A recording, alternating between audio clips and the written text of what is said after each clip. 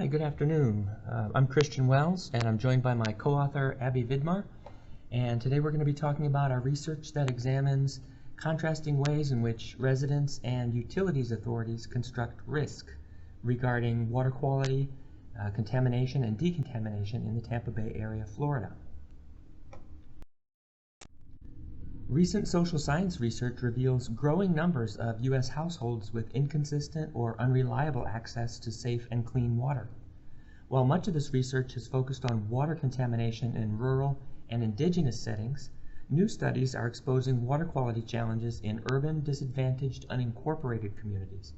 These are typically low-income, minority neighborhoods with high residential density located on the edge of city limits, where decades of municipal underbounding has led to wide-scale disinvestment in public infrastructure. Underbounding is a form of gerrymandering through city-county annexation covenants that excludes certain communities, often African American, Hispanic, and Native American, from access to clean water and adequate sanitation. The distinctive characteristics of these communities have led to a wide range of interconnected water and sanitation challenges. For example, many residents of these communities rely on water contaminated by industrial wastes that pose a health threat or is undrinkable due to discoloration or foul odors. Since the 1970s, property values and corporate taxes have increased in inner cities, making unincorporated urban areas attractive for industries producing hazardous wastes. As many residents of these communities are dependent on private drinking water wells, environmental toxicants from these industries that make their way into the groundwater can end up contaminating drinking water. Compounding this problem, drinking wells in unincorporated areas are usually not regulated after initial construction, and property owners are often unaware of the need to regularly test their water. Residents of underbounded communities also often rely on on-site wastewater treatment, such as septic tanks. Because properties in these communities are typically small, drain fields are often not sized properly for the intended use of the system. In addition, the small lot size can also lead to well water contamination when the well and drain field are too close. Our research takes place in a community called the University Area Community on the north edge of the city of Tampa, Florida. This is an unincorporated part of the county that has not yet been annexed to the city. These demographics give you a sense of how the community compares to the city, the county, state, and nation. Just to point a few of these out, per capita median income is about $12,000, making the overall poverty rate about 60%. There's about 75% minority. Unemployment was at 16%, and now during COVID it's more up. It's closer to about 40%. And one thing to note about this community in particular, similar to many underbounded communities, is the high rate of renter-occupied housing, about 90% of people. So there's very little home ownership in this community. Some of the images of the community are on the right of the screen. You can see that people mostly live in small condos, apartment complexes, and mobile home parks. Our research began several years ago with a cooperative agreement with the U.S. Environmental Protection Agency on an area-wide planning grant that provided resources for us to work with the community and some area nonprofits to document brownfields in the community and redevelopment potential for these areas. Working with the community, the creation was Harvest Hope Park, turning about a 7-acre property that was an abandoned lot used as an informal solid waste dump into a recreational park, following a sort of brownfields to health fields program. During the construction of the park, Habitat for Humanity arrived to build several homes adjacent to the park, and the nonprofit that we work with started to build affordable townhomes also in the area of the park. But in constructing the homes, we noticed that there were no connections to city water or sewer. So we worked with the city and the county to develop these GIS overlays. While this is unincorporated county, the community is within an interlocal agreement So there's some water and sewer service provision in the community. But as we found out, only some properties have water. Here in the map you can see the properties shaded in blue have access to water pipes, and those in the gray sort of areas are on private drinking wells. Same situation for sewer. In this case though, red indicates no sewer available, and the darker gray indicates private septic systems or small or mid-sized wastewater treatment systems. So to better understand water and sanitation challenges for community residents in this area, we developed a research program through the National Science Foundation's Research Experiences for Undergraduates. And we worked with a number of undergraduate students and some graduate students this past summer, and we completed about 135 hours of participant observation. So that involves working as volunteers for different programs in the community that provided us with opportunities to speak with residents. From that, we recruited 12 residents for in-depth semi-structured interviews. These were hour-long interviews at someone's home so they could show us what some of the water and sanitation challenges were. We also tabled at various events in the community throughout the summer, and that allowed us to collect 28 brief structured interviews, what we call rapid field assessments, so we could hear specifically from a broader group of residents about water and sanitation challenges. And then finally, we also interviewed 12 city and county utilities administrators, including engineers, and these represent water, sewer, solid waste, the brownfields program, and the septic tank program. Finally, the students created a water and sanitation insecurity scale for disadvantaged unincorporated urban communities. And this is a very simple to use and highly adaptable kind of scale that we were able to canvass different neighborhoods and collect information about how people perceive and experience water and sanitation challenges.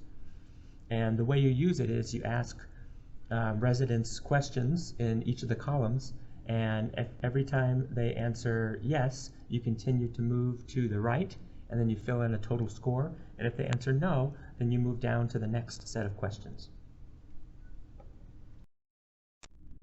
So we targeted several apartment complexes in the area, and we asked a number of residents at each of the apartment complexes and then averaged their scores and put them on this map.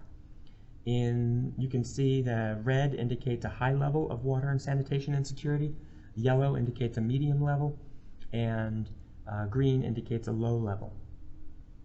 And in overlaying this with the distribution of water and sewer pipes in the community, we found that the highest levels of water insecurity were, perhaps not unsurprisingly, farthest away from the main roads. Underneath the main roads are the water mains and sewer mains. And so these areas that are least accessible to those ended up having the highest levels of private drinking water wells and septic systems. So just to give you an overview of some of our results, perceptions of water quality varied but centered on satisfactory, fair, and poor, depending on whether it was City of Tampa water or private drinking well water. But something interesting is that many people didn't know if they were on city water or well water. We also found that many people always or sometimes relied on bottled water for household needs, and household needs included not just drinking water, but also water for cooking and water for bathing. And some of the problems that people noted most were smell, taste, color, and simply that they didn't trust the water at all. This is a correspondence plot showing those individuals that rated their household tap water as satisfactory, fair, or poor, always or sometimes relied on bottled water. So for perceptions of wastewater adequacy, individuals rated everything from excellent to poor, depending on if they were on city sewer or not. And again, most people didn't know if they were on city sewer or septic tank. Some of the problems that people identified were backups, slow drains, odors, and repair issues. And finally, we found a number of individuals relied on a neighbor or a business for bathroom needs because there simply wasn't one that was functioning in their residence. And this is another correspondence plot showing those that rated the sewer quality as fair, poor, or satisfactory noted particular problems with repair issues, odors, slow drains, and backups. We also are starting to generate network visualizations with MaxQDA software. And this is a text link analysis using a term frequency inverse document frequency statistic that identifies particular terms and phrases that people use repeatedly and that appear in multiple interviews.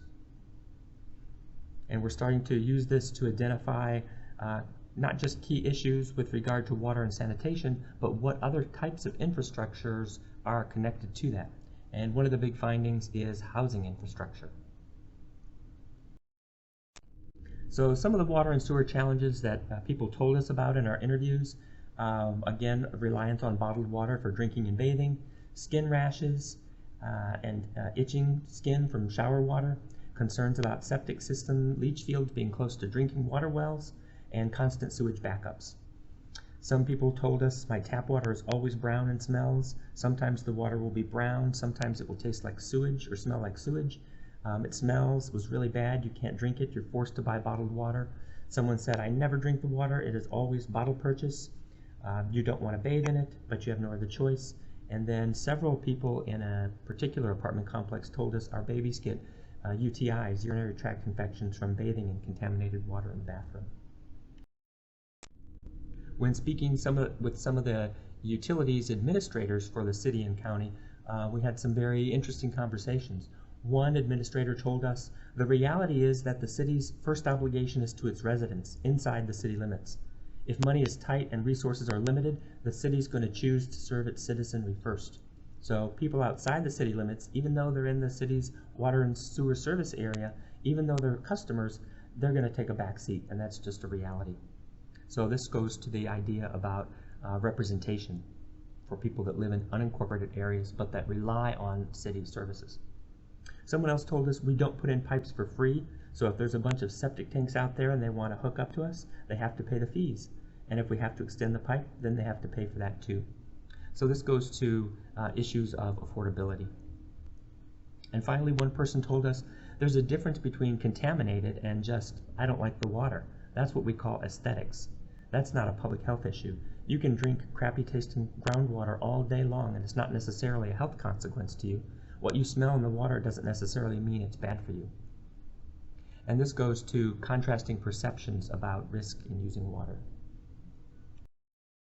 So some of our key findings are that residents identify a wide range of water and sanitation problems, but don't necessarily see their interconnections. City and county officials, however, are the opposite. They're unaware of water and sanitation problems in the community, but they understand interdependencies between infrastructures. And finally, water and sanitation infrastructures are managed independently and differently between the city and county. Thus, there are some managerial and policy disconnects specifically for unincorporated communities in being able to address joint water sanitation challenges. In terms of risk, we found that water utilities apply what we call a techno-scientific approach to risk, where experts assess, measure, and calculate risk as a probability that can be used to inform decision-making. Residents, on the other hand, for them, risk is a manifestation of broader social and historical processes, where cultural constructions are embedded in the varying ways in which different understandings of pollution, danger, and risk are expressed and experienced by people. This all leads to tap water mistrust, where in some cases water is perceived as unclean but not necessarily unsafe per existing regulations, while in other cases, decontaminated water, while safe to drink, may not be seen as drinkable. Thank you very much.